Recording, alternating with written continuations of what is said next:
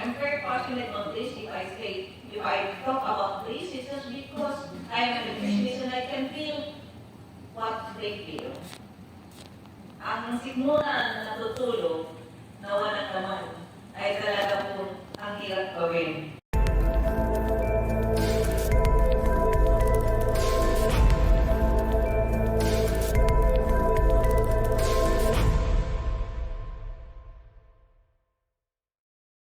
How do you think the Living World crisis may affect the program, and how do you plan to continue and strive through for this project?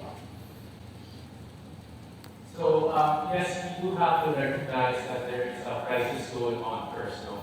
If there's a problem, we have to fight it head on. With the program, we remain steadfast in our commitment to make sure it will happen one way or another. No? This is really an investment for the future of the children of the country, and we don't take it lightly. It's high in our prioritization list because our main purpose in MEGA is really to help in nation building.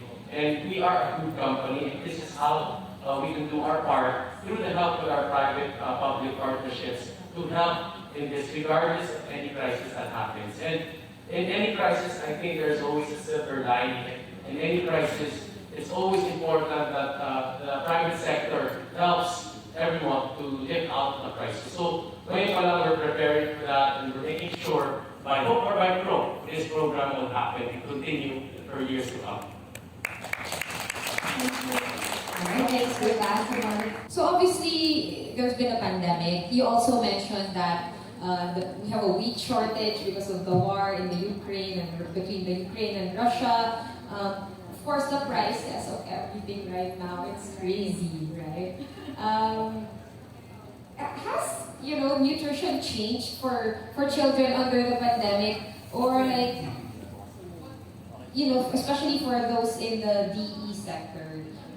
How has their access to nutritional food and all these things changed because of the pandemic, as well as crazy inflation and rising food prices? Yeah, thank you for that question. Actually, as I have presented in the Rapid Nutritional Assessment Survey that we conducted in 2020, kasi sa lahat po yun ng pandemic din natin, there were actually also severe lockdowns. So remember that lockdowns is nationwide. It's not only on specific or graduated areas like the highly urbanized cities. Now we have seen that even in those low-east areas, these are the people or the households who are actually food insecure, and therefore children in these households remain or had actually declined their nutritional status into moderate and severely undernourished population. Of course, if there is food insecurity in a household, what can we do? They remain hungry. Sometimes they sleep without food. And these are the things that we have gathered in our Rapid Nutritional Assessment Survey. I'm very passionate on this. If I talk about this, it's just because I am a nutritionist and I can feel what they feel. Ang sikmura na natutulog na walang laman ay talaga po ang hirap gawin. Baka hindi pa tayo makatulog, di ba? Kasi umuugong yung ating sikmura. So, those are the things that I think in a pandemic we have to actually look at, because it's not only the highly urbanized cities, but also wherein food insecurity is there, but most especially in the tourist areas.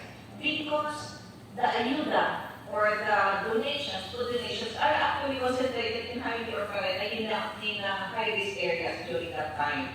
And hindi natin naisipan na itong mga low-risk areas din ay they are also in lockdowns. But there are few ayudas or few donations because they are in the provinces.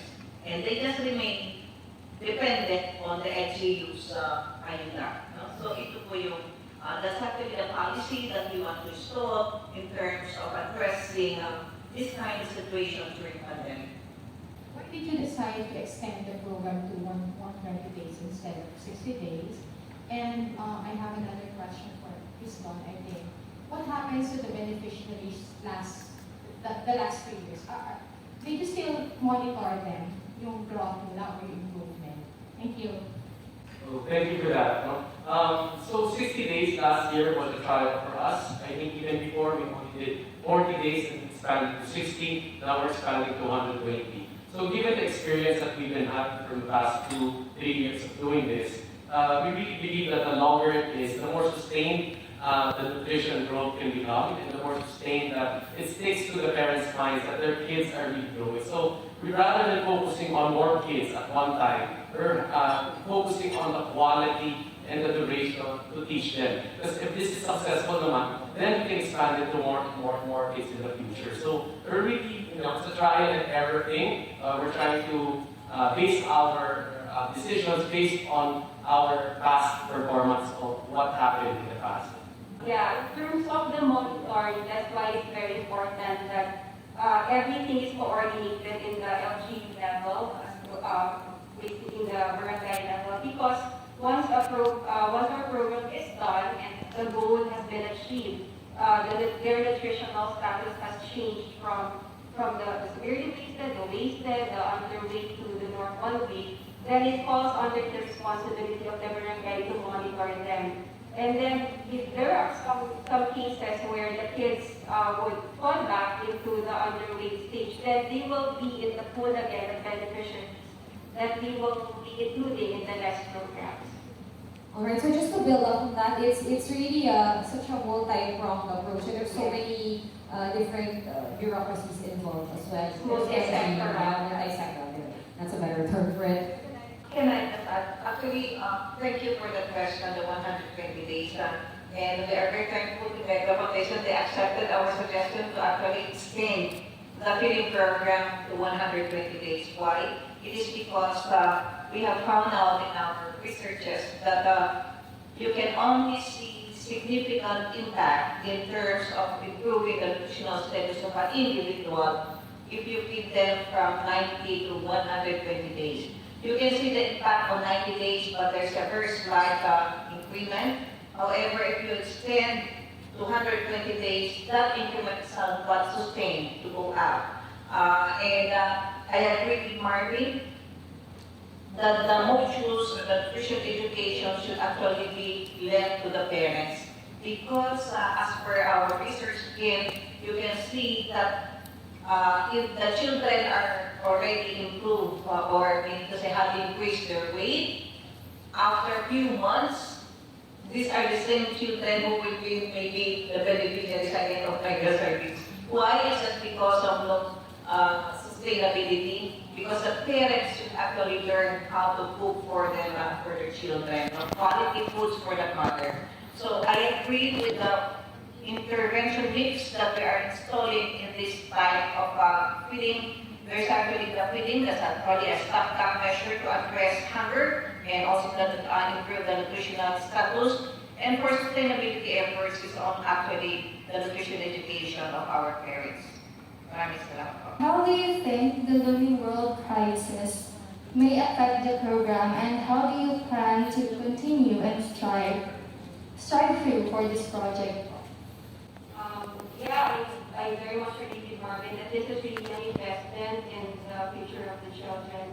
I think there was a research in 2018 by UNESCO that the Philippines is losing 220 billion pesos a year because of undernourished kids. That is one of the published studies of UNESCO. And so their suggestion is we put in this investment back into nutrition programs. And that is why I'm really proud to be a part of this endeavor with the Tiu-Lim Foundation, because they are really investing, because the kids that we are now catering will be the future workforce. And so with that, we will have a quality employees, quality workforce in the future 10 to 15 years.